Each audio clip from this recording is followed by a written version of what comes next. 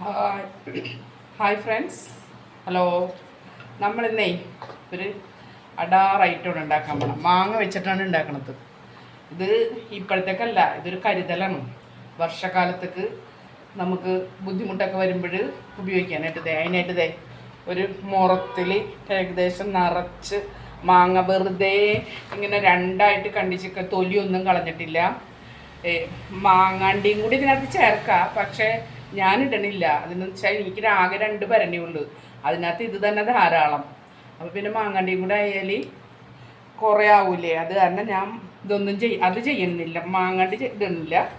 ഈ മാങ്ങ മാത്രം നമുക്ക് എങ്ങനെയാണ് ഉലുവ മാങ്ങ ഉണ്ടാക്കണത് എങ്ങനെയാണെന്ന് നോക്കാം. ഞാൻ ചെയ്യുന്ന രീതിയാണ് കേട്ടോ. പലരും ചെയ്യണ കണ്ടിട്ടുണ്ട്, കായം ചേർക്കും, അങ്ങനെയൊക്കെ പലതും ചേർക്കുന്നുണ്ട്. ഞാൻ ഉലുവ മാങ്ങയിൽ ഉലുവയും മുളക് പൊടി, ഉപ്പ് അത് കല്ലുപ്പ് തന്നെ, പിന്നെ കുറച്ച് എണ്ണ മാത്രമേ ചേർക്കാറുള്ളൂ, വേറെ ഒന്നും ചേർക്കാറില്ല. ഇത് ഏപ്രിലല്ലേ, ജൂലൈ മാസത്തിലേ ഞാനിത് എടുക്കുകയുള്ളൂ. ജൂലൈ, ആഗസ്റ്റ്, സെപ്റ്റംബർ ഓണമൊക്കെ ആകുമ്പോൾ എടുക്കും. കഴിഞ്ഞ വർഷം ഇതേപോലെ ഉണ്ടാക്കിയ അച്ചാർ തീർന്ന് ആ ഭരണികളൊക്കെ കഴുകി വൃത്തിയാക്കി ഇപ്പം ഒന്നും കൂടി എടുത്ത് ഉണക്കിയൊക്കെ വെച്ചിട്ടുണ്ട്. ഇതിനകത്ത് വെള്ളത്തിൻ്റെ ഒരു അംശം ഉണ്ടാകാൻ പാടില്ല. അതാണ് പ്രധാനമായിട്ട് നമ്മൾ ശ്രദ്ധിക്കേണ്ടത്. വെള്ളം ഉണ്ടെങ്കിൽ പൂത്തു പോകും. ഞാനതിന് രാവിലെ മാങ്ങ അരിഞ്ഞിട്ട് കുറച്ച് സമയം മാങ്ങ കഴുകി തുടച്ചിട്ടൊക്കെയാണ് അരിഞ്ഞതെങ്കിലും കുറച്ച് സമയം കൊണ്ടുപോയി വെയിലത്ത് വെച്ച് ഒന്ന് ഉണക്കിയാൽ വല്ല വെള്ളത്തിൻ്റെ അംശം ഉണ്ടെങ്കിൽ പൊക്കോട്ടെ എന്ന് എഴുതി ഉണക്കുകയും ചെയ്ത്. ഇനിയിപ്പോൾ ഇതിനകത്തേക്ക് ഉലുവ, ഒരു 100 ഗ്രാം ഉലുവ വറുത്ത് പൊടിച്ച് മിക്സിയിലിട്ട് പൊടിച്ച് വെച്ചേക്കുന്നു. ഇതിനകത്തേക്ക് ഒരു 300 ഗ്രാം മുളക് പൊടി, പിരിയമുളകും സാധാ മുളകും എടുക്കുക. പക്ഷെ എൻ്റെ അടുത്ത് പിരിയമുളകില്ല, ഞാനിത് മുളക് പൊടി മാത്രമേ എടുക്കണുള്ളൂ. ഇതിനകത്തേക്ക് ആവശ്യമുള്ള കല്ലുപ്പാണ് ചേർക്കണത്, പൊടിയുപ്പല്ല. കല്ലുപ്പും ഇതിനകത്ത് ഇട്ടിട്ട്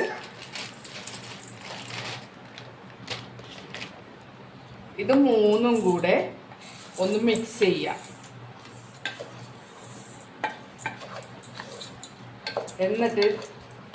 എന്നിട്ട് ഇത് ഈ മാങ്ങ കുറേശ്ശെ ഇതിൻ്റെ അടിയിൽ ഇല വെച്ചിട്ടുണ്ട്, ഇതിങ്ങ് നീക്കിയിട്ട് കുറേശ്ശെ മാങ്ങിയിട്ട് ഇതെല്ലാം ഇട്ടിട്ട് ഭരണിയിൽ ഇടുക. പിന്നെ അവസാനം കുറച്ച് എണ്ണ കൂടി ഒഴിച്ചിട്ട് മൂടി വെക്കുക. 2 ദിവസം കഴിയുമ്പോൾ ഇതൊന്ന് അമരും, അതായത് കുറച്ചൊന്ന് കുറയും. അപ്പോൾ നമുക്ക് ശരിക്കെടുത്ത് ടൈറ്റായിട്ട് കെട്ടി വെക്കണമെന്നുണ്ടെങ്കിൽ 1 വർഷത്തേക്ക് ഒരു കേടും കൂടാതിരിക്കും. അപ്പോൾ ഞാനിതൊക്കെ എല്ലാം കാണിച്ചു തരാം. അപ്പോൾ ഞാൻ ആ ഉപ്പും മുളക് പൊടിയും ഉലുവ പൊടിച്ചതും എല്ലാം കൂടെ മാങ്ങയിലിട്ടങ്ങ് മിക്സ് ചെയ്ത് നോക്ക്. ഇനി ഇത് ഭരണികളിൽ നിറച്ച് വെക്കുക. നിറച്ച് കഴിഞ്ഞിട്ട് കാണിച്ചു തരാം.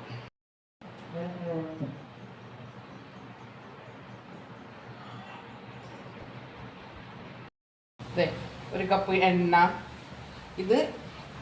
ഇതിൻ്റെ മുകളിലേക്ക് അങ്ങ് ഒഴിച്ചു കൊടുക്കാം. രണ്ടിലും പകുതി അങ്ങ് ഒഴിച്ചു കൊടുക്കുക.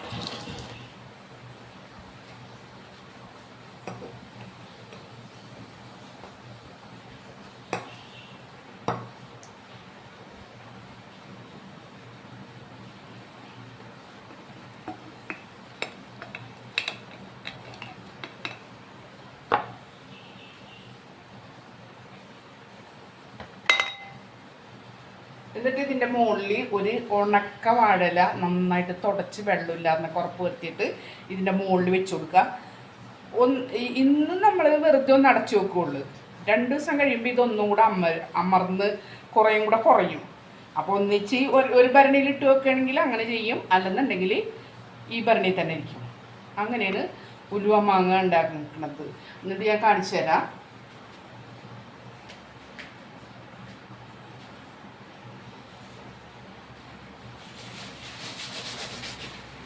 ഈ ഉണക്ക വാഴല ഇതിനകത്ത് കട്ട് ചെയ്തിട്ട് ഇതിൻ്റെ പാകത്തിനാക്കിയിട്ട് നമ്മൾ വെച്ച് കൊടുക്കും.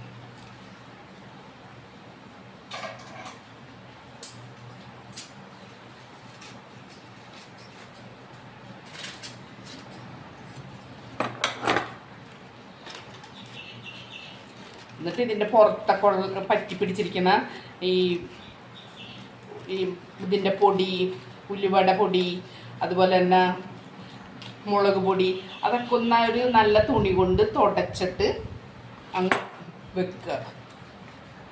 നമ്മൾ കൈ പരമാവധി ഉപയോഗം കുറക്കുക. എന്നിട്ട് ഇതിൻ്റെ മുകളിലും കൂടെ കുറച്ച് എണ്ണയും കൂടെ നിറച്ച് നിർത്തിയിട്ട് നമ്മൾ അടച്ചു വെച്ചാൽ മതി. അടുത്ത വർഷം 1 വർഷക്കാലം കേടുകൂടാതിരിക്കും. അതുപോലെ തന്നെ ഇപ്പം നമ്മൾ ഈ ഉലുവ കഴിക്കണ സാധനമല്ലേ, ഉലുവയൊക്കെ ഇട്ടിട്ടല്ലേ വെക്കണത്. പക്ഷേ അച്ചാറായിട്ട് വരുമ്പോൾ ഇതിൻ്റെ ഒരു മണം ഉണ്ടല്ലോ, നല്ല ടേസ്റ്റാണ്. അപ്പോൾ ഞാൻ എപ്പോഴും പറയും പോലെ വീഡിയോ ഇഷ്ടപ്പെട്ടാൽ ലൈക്ക് ചെയ്യുക, ഷെയർ ചെയ്യുക, സബ്സ്ക്രൈബ് ചെയ്യുക. അടുത്ത വീഡിയോ കാണും വരെ ബായ്.